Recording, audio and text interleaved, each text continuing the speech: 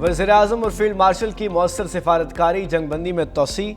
अमरीकी सदर Donald Trump ने एक्स पर पैगाम में कहा, पाकिस्तान की दरख्वास्त पर ईरान अमरीका जंग बंदी में तोसी कर रहे हैं। वज़ीर-ए-आज़म शहबाज शरीफ और फील्ड मार्शल आसिम मुनीर की दरख्वास्त पर हमले रोक रहे हैं। बोले, फ़ौज को अलर्ट रहने का हुक्म दे दिया, अब न हुर्मुज़ की नाकाबंदी जारी रखेंगे, हर लिहाज से तैयार है। ईरान की हुकूमत शदीद टूट फूट का शिकार है, हमें कहा गया अभी ईरान पर हमले ना करें। जंग बंदी में तब तक तोसी कर रहे हैं जब तक बातचीत का अमल मुकम्मल नहीं हो जाता। ईरान माली तौर पर तबाह हो रहा है, वह अपने हुर्मुज़ को फौरी तौर पर खुलवाना चाहते हैं।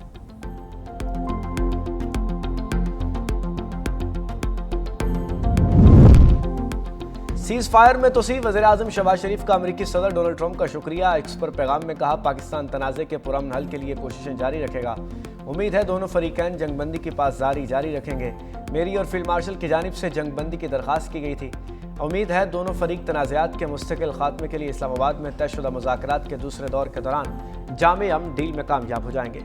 वज़ीर-ए-आज़म शहबाज शरीफ की ज़ेर सदारत अहम मुशावरती इजलास। पाकिस्तानी क़यादत आज भी ईरानी क़यादत से रब्ता करेगी।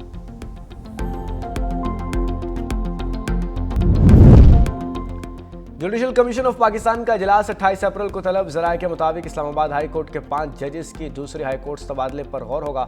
5 जजेस में justice Mohsin Akhtar Kayani, justice Babar Sattar, justice Arbab Tahir, justice Saman Rifat, justice Khadim Soomro शामिल। जुडिशल कमीशन का इजलास चीफ जस्टिस याहिया अफरीदी की ज़ेर सदारत होगा।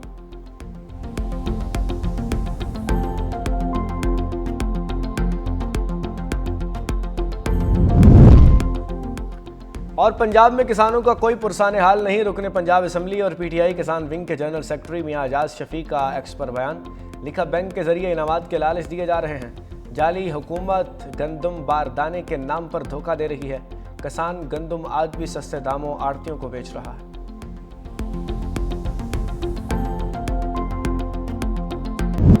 अमरीकी नाकाबंदी ख़त्म होने के इशारे मिले हैं। अक़वाम मुत्तहिदा में ईरानी मंदूब अमीर सईद अरवानी ने कहा कि अमरीकी नाकाबंदी ख़त्म करना मुज़ाकरात बहाली की शर्त है। उधर मशीर स्पीकर ईरानी पार्लियामेंट मेहदी मोहम्मदी ने अमरीकी सदर डोनाल्ड ट्रंप की जंग बंदी में तोसी के ऐलान को मुस्तरद कर दिया। इस ऐलान की कोई अहमियत नहीं और हारने वाला फरीक शराइत का हुक्म नहीं दे सकता। ईरान के खिलाफ जारी नाकाबंदी दरअसल बमबारी के मुतरादिफ है और इसका जवाब फौजी कार्रवाई की सूरत में दिया जाना चाहिए। जंग बंदी में तोसी दरअसल एक चाल हो सकती है ताकि अचानक हमले के लिए वक्त हासिल किया जा सके।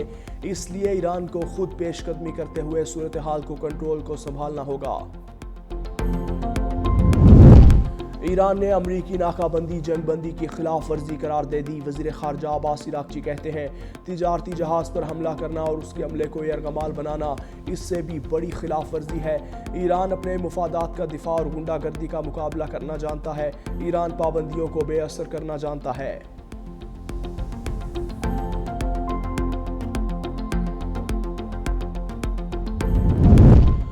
नायब अमरीकी सदर जेडी वेंस आज मुज़ाकरात के लिए पाकिस्तान नहीं जाएंगे। व्हाइट हाउस ने तस्दीक कर दी है। अमरीकी हुकाम ने अमरीकी मीडिया को बताया कि जेडी वेंस का दौरा किसी भी वक्त दोबारा तय हो सकता है।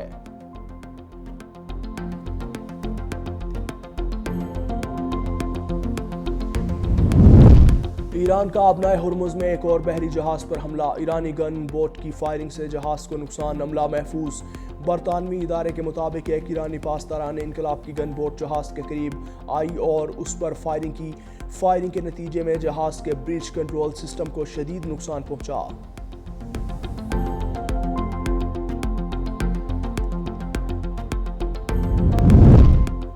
अमरीका ने ईरान को असलहा फराहम करने वाली कंपनियों और अफराद पर नई पाबंदियां आयद कर दी हैं। अमरीकी महकमा खजाना के मुताबिक 14 अफराद और कंपनियों को पाबंदियों की फहरिस्त में शामिल कर लिया।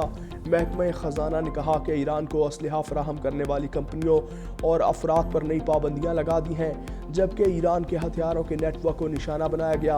अमरीकी हुकाम के मुताबिक पाबंदियों की जद में आने वाले अहदाफ में ईरानी तैयारे भी शामिल हैं। ईरान, तुर्की और मुत्तहिदा अरब अमारात में मौजूद अनासिर को निशाना बनाया गया।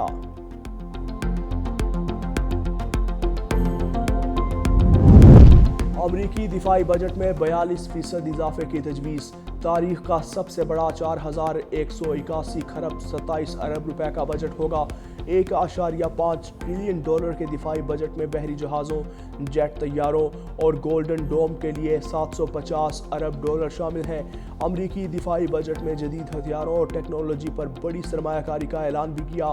ڈرون اور اینٹی ڈرون سسٹمز پر 74 ارب ڈالر خرچ ہوں گے۔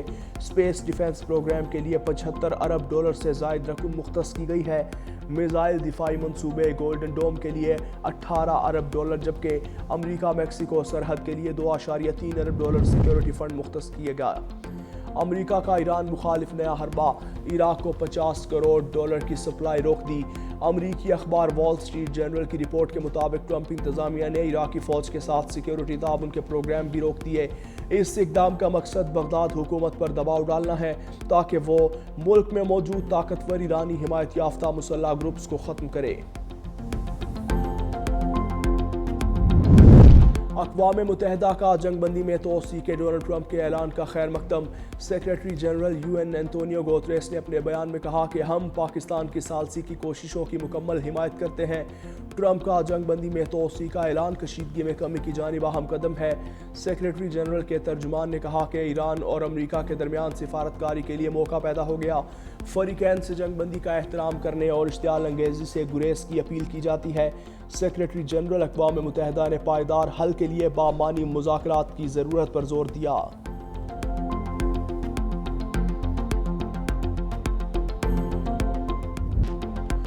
مارکہ حق کو 1 سال مکمل، پاکستان کی مسلح افواج نے بھارت کے ناکوں چنے چبوا دیے، اہداف کو چن چن کر نشانہ بنایا۔ بھارتی فوجی اپنی چوکیاں چھوڑ کر بھاگ نکلے، بھارتی چیک پوسٹ پر سفید پرچم لہرائے گئے۔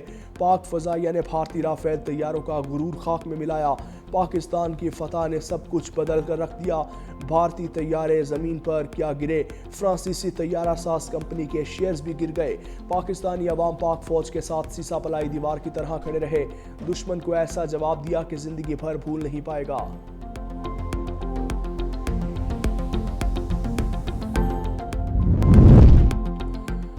Pahalgam false flag operation, Bharat کا منصوبہ بند ڈرامہ۔ 22 اپریل 2025 کو بھارت نے پہلگام کی پرسکون وادی کو خون میں نہلایا۔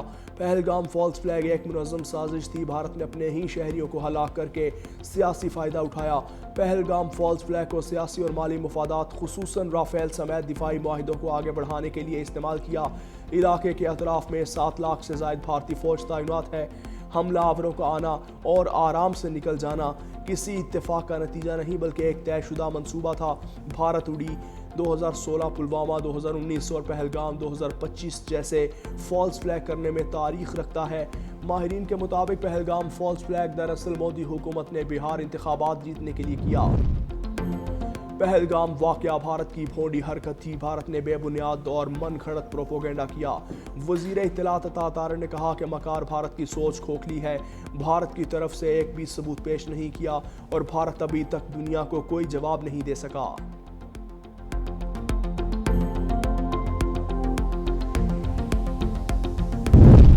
کراچی میں میٹرک امتحانات میں بدعنوانی عروج پر 9ویں جماعت کا اسلامیات کا پرچہ وقت سے پہلے واٹس ایپ گروپ پر وائرل۔ حل شدہ پرچہ وقت سے 30 منٹ پہلے واٹس ایپ گروپ میں بھیجا گیا۔